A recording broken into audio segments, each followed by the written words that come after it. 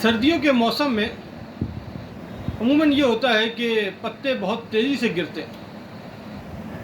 آپ نے دیکھا ہوگا کہ درختوں کے پتے سردیوں کے موسم میں بہت تیزی سے گرتے ہیں، اور بعض درخت تو ایسے ہوتے ہیں کہ جس میں ایک پتا بھی نہیں رہتا، بالکل صفایا ہو جاتا. ایک حدیث جو ابو ذر غفاری رضی اللہ عنہ وہ فرماتے ہیں کہ ایک مرتبہ جناب رسول اللہ صلی اللہ علیہ وسلم سردی کے موسم میں درخت کی ایک ٹہنی کو ہاتھ میں لی. حدیث شریف کا مفہوم ہے. تو جب ٹہنی ہاتھ میں لی تو اس سے پتے تیزی سے گرنے لگے. تو آپ صلی اللہ علیہ وسلم نے ان سے ارشاد فرمایا، اے ابو ذر،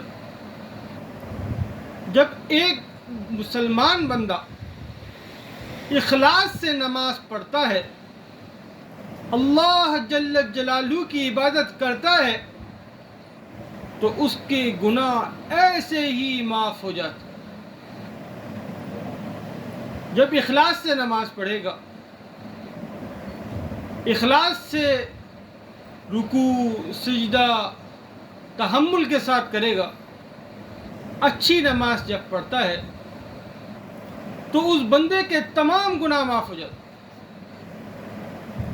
کتنا آسان عمل ہے بخشش کہ 2 رکعت نماز زندگی بھر کے گناہ معاف کر دیتی ہے. شرط یہ ہے کہ انسان اخلاص کے ساتھ، ندامت کے ساتھ، اپنے گناہوں پر افسوس کے ساتھ پڑھے. اللہ جل جلالہ کو یہ دکھائے کہ میں بہت شرمندہ ہوں، بہت نادم ہوں اپنے گناہوں پر، اور میں یہ عزم کرتا ہوں کہ آئندہ میں یا اللہ آپ کی نافرمانی ہرگز نہیں کروں. تو اس کے سارے اللہ جل جلالہ گناہ معاف فرما. ایک اور روایت میں ہے کہ جو شخص صبح اور شام 3 مرتبہ، یعنی صبح 3 مرتبہ، شام میں 3 یہ کلمہ پڑھ لے، استغفر اللہ الذی لا الہ الا هو الحی القیوم واتوب الیہ، تو اس کے سمندر کی جھاگ کے برابر بھی گناہ ہوں گے تو اللہ جل جلالہ معاف فرما دے. تو میرے دوستو،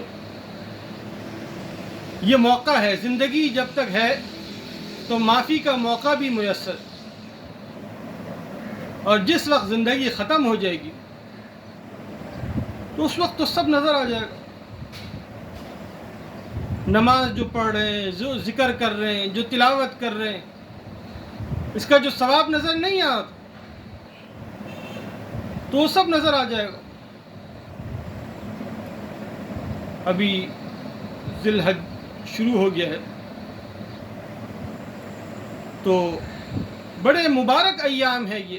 صبح شام بڑی مبارک ہے، اس کی راتیں مبارک ہیں 10 دن کی.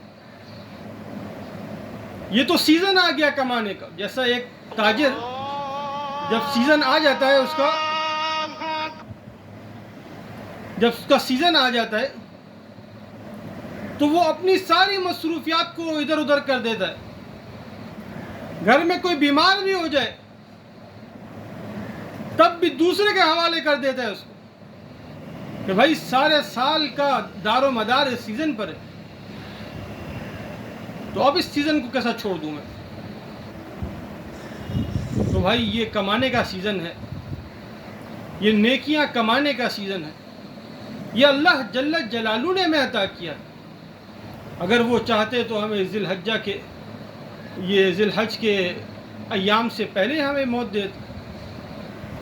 تو اللہ جل جلالہ نے ہمیں یہ موقع میسر کیا ہے، تو اب یہ ہماری ذمہ داری ہے کہ ہم اس موقع کو غنیمت جان کر ان ایام سے خوب بھرپور فائدہ حاصل کریں اور نیکیاں حاصل کریں.